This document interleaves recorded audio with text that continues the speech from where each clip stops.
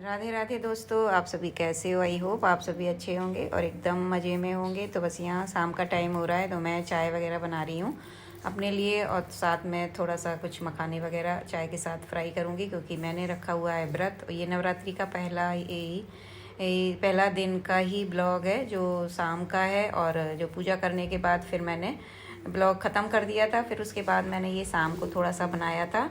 तो बस यहाँ पे बस व्रत रखा हुआ है मैंने, तो बस यहाँ पे थोड़े से चाय के साथ मैंने मखाने भुने हुए हैं, क्योंकि जैसे व्रत वगैरह रखो कुछ खाओ वगैरह ना, तो खाली चाय थोड़ा मुझे नुकसान करती है।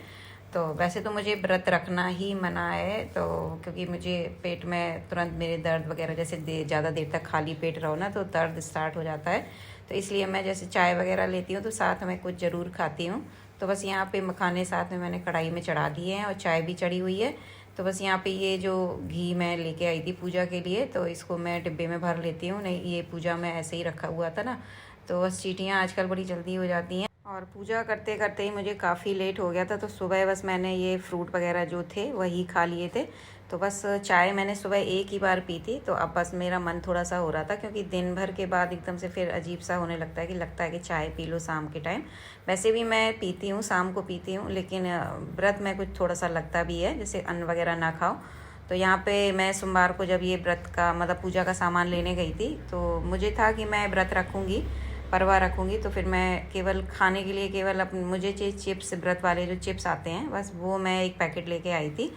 तो सुबह भी जब मैंने चाय ली थी तो इसके साथ ये थोड़े से चिप्स लिए थे। तो अभी भी मैंने बस थोड़े से चिप्स और मखाने। तो आ जाइए आप लोग, और आप लोगों ने व्रत में क्या खाया कमेंट बॉक्स में कमेंट करके ज़रूर बताइएगा। तो साथ में मैं ये थोड़े से आलू छील लेती हूँ, क्योंकि सब्ज़ी बनानी है इन लोगों के लिए, और अपने लिए मैं देखूँ क्या बनाती हूँ। तो बस यहाँ पे बच्चों को भी थोड़े थोड़े दे दूँगी और मैं भी खाऊँगी। तो बस चलिए सब्जी भी काट लेते हैं। और तो व्रत घर में केवल मैंने ही रखा है, तो व्रत का जो बनेगा तो बस मैं अपने लिए बनाऊँगी, बाकी इन लोगों के लिए बनाना है खाना। तो यहाँ पे कढ़ाई चढ़ा के मैंने सब्ज़ी छोंक दी है, और सब्ज़ी मैंने बीन्स की बनाई है। बीन्स मैंने दोपहर में ही काट ली थी। पहले मैं दोपहर में बनाने वाली थी सब्ज़ी, फिर मैंने बनाई नहीं, फिर मैंने बनाया नहीं। मैंने सोचा चलो शाम को ही बनाऊंगी। अब पीहू को खाना नहीं था, उनकी तबीयत ढीली थी, और सिस्टी भी स्कूल से आई तो उन जो सुबह वो ले गई थी, उन्होंने वो ही पूरा ढंग से नहीं खाया। तो वो भी सब्ज़ी वगैरह छोंकने के बाद सीधा फिर मैं मंदिर में आ गई, क्योंकि दिया जलाने का टाइम हो गया था। तो बस यहाँ पे मैं कर लेती हूँ आरती। और यहाँ फिर ये भी आ गए, ये पहले आ गए थे, बट फिर दुकान बंद होने वाली थी, इसके लिए चले गए थे, क्योंकि सिस्टी की एक दो बुक रह गई थी। तो ये अपनी बुक्स लेने गई, तो साथ में वहाँ से अपने स्कूल के ड्रेस के शूज़ भी लेके आई हैं। तो बस मैं वही देख रही, मैंने कहा अच्छा ये शूज़ लेके आई गई हैं। तो बस और थोड़े से जूता मतलब इनके शूज़ थे थोड़े से हल्के से, थोड़े से ऊपर से वो हो रहे थे, तो बस उसने अपने शूज़ ले लिए।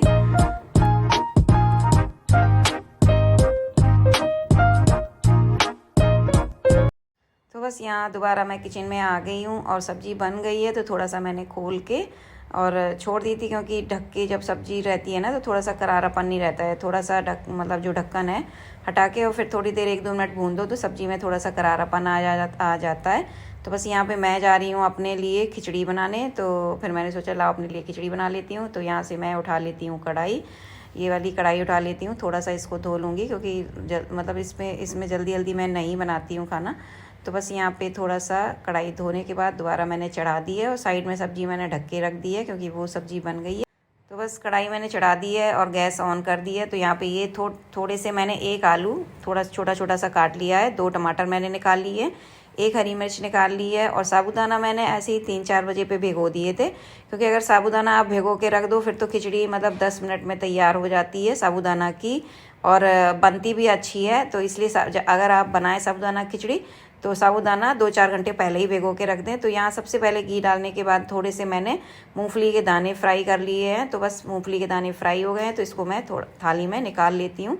फिर यहाँ पे बस उसी घी इसमें ज़्यादा नहीं लगता है, तो उसी घी में मैंने 1 हरी मिर्च काट के डाल दी है, और हरी मिर्च काट के डालने के बाद तुरंत मैंने आलू डाल दिए हैं, क्योंकि आलू थोड़ा सा हमें फ्राई करना पड़ेगा। और फ्राई कर लो तो ये है कि आलू गल भी जाते हैं, और फ्राई आलू हो जाते हैं तो थोड़ा सा खिचड़ी में एक करारापन सा आता है। तो यहाँ पे आलू मैं चेक कर रही हूँ, अभी गले नहीं है, हाँ गल गए हैं, चेक करने के बाद गल गए हैं। तो बस गलने के बाद ही आप टमाटर डालें। तो यहाँ पे ये है सेंधा नमक, व्रत वाला नमक है। तो टमाटर डालने के बाद थोड़ा सा मैंने सेंधा नमक डाल दिया है। बस सेंधा नमक डालने के बाद थोड़ी इसको चला के और इसको ढक के रख दो।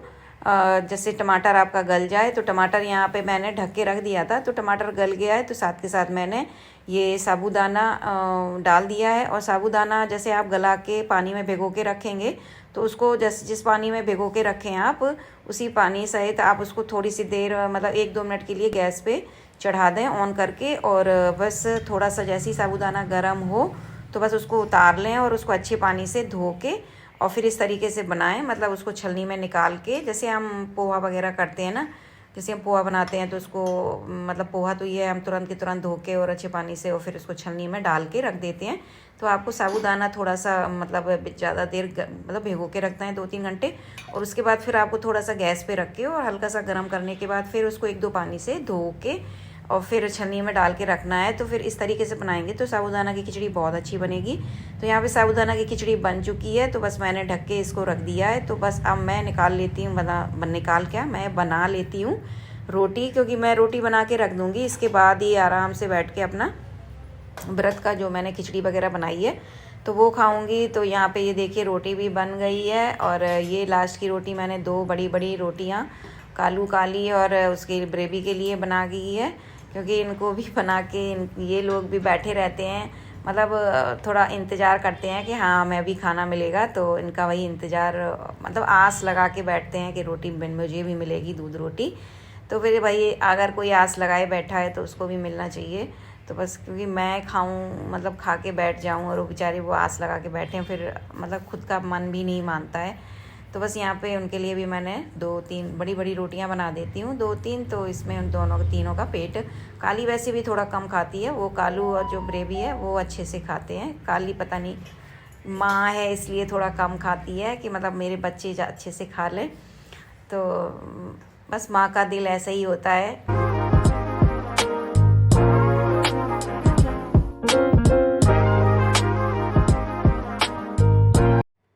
तो बस गैस ये स्लिप वगैरह सब कुछ क्लीन करने के बाद मैं लगा लेती हूँ। इन लोगों को मैंने खाना लगा के दे दिया है। पहले मैं इन लोगों को खाना लगा के दे देती हूँ। अगर ये जैसे ये घर पे हैं तो फिर इनको लगा के दे दिया। अगर नहीं होते हैं घर पे इस टाइम तो फिर मैं अपना और सिस्टी पीहू को तो फिर लगा के दे ही देती हूँ। उसके बाद मैं खाना खा लेती हूँ। मेरा रोज़ का तो यही रूटीन रहता है। तो आज ये इनकी भी तबीयत थोड़ी ढीली है तो ये थोड़ा है, अभी टाइम ऐसे ही 9 बज रहा है। तो यहाँ पे खिचड़ी मैंने निकाल ली है और 2 प्लेटों मैंने इसलिए निकाली क्योंकि सिस्टी हमेशा खिचड़ी, जैसे मैं जब भी व्रत में खिचड़ी बनाती हूँ तो उनको बहुत साबूदाना की खिचड़ी पसंद है, तो मैं थोड़ा ज़्यादा ही बनाती हूँ। तो बस यहाँ पे ये व्रत वाले वो जो मैं चिप्स लेके आई थी तो इसको मैं थोड़ा सा ऊपर से डालती हूँ, मुझे अच्छे लगते हैं इस तरीके से। और वैसे इस पर ऐसे नींबू भी निचोड़ लो, वो भी बहुत टेस्टी लगता है, बट मैं अभी नींबू नहीं निचोड़ूँगी। वैसे रखा तो है लेकिन मैं नहीं डालती हूँ क्योंकि गला अभी मेरा ठीक उतना सही नहीं है। तो बस आ जाइए आप लोग भी। और आप लोगों ने व्रत में क्या बनाया है और आपका कैसा व्रत रहा, आप लोगों ने क्या व्रत में क्या क्या खाया, तो कमेंट बॉक्स में कमेंट करके ज़रूर बताइएगा। तो चलिए लंच करते हैं। तो यहाँ पे ये देखिए सभी को मैंने निकाल के दे दिया। और पीहू को तो मैं बनते ही जैसे पहले बनता है ना खाना, सबसे पहले उसको दे देती हूँ क्योंकि बहुत स्लो खाती है। तो खाते खाते उसको 9:30 ऐसे तो बज ही जाता है, तो इसलिए मैं सबसे पहले उसको निकाल के देती हूँ क्योंकि उसकी खाने की जो स्पीड है ना बहुत स्लो है। तो खीरा मुझे पता नहीं था कि खीरा वगैरह ये खाएंगे, तो बाद में बोले कि खीरा रखे हैं तो खीरा रखे थे। तो बस मैंने फ्रिज से निकाल के दे दिए हैं। तो सिस्टी अपना छील रही हैं और जैसे उनसे छिल रहे हैं वैसे छील रही हैं। तो अपना ये आ गए हैं और अब ये छीलेंगे, कह रहे हैं कि तुमको खीरा छीलना नहीं आता है, हटो मैं छीलता हूँ। और बच्चों को नहीं कर पाते हैं तो इस तरीके से, जबकि वो छीलने वाला है फिर भी नहीं कभी कभी छील पाते बच्चे। तो कैसी लगी आप सभी को खिचड़ी आज की साबूदाना की, तो एक कमेंट करके ज़रूर बताइएगा दोस्तों। आप लोग कमेंट नहीं करते हो, बताते नहीं हो, तो कैसा लगा आप सभी को ब्लॉग ये भी बताइएगा। तो मिलती हूँ आपसे एक न्यू ब्लॉग एक न्यू रेसिपी के साथ। तब तक के लिए bye bye, love you, take care, जय माता की।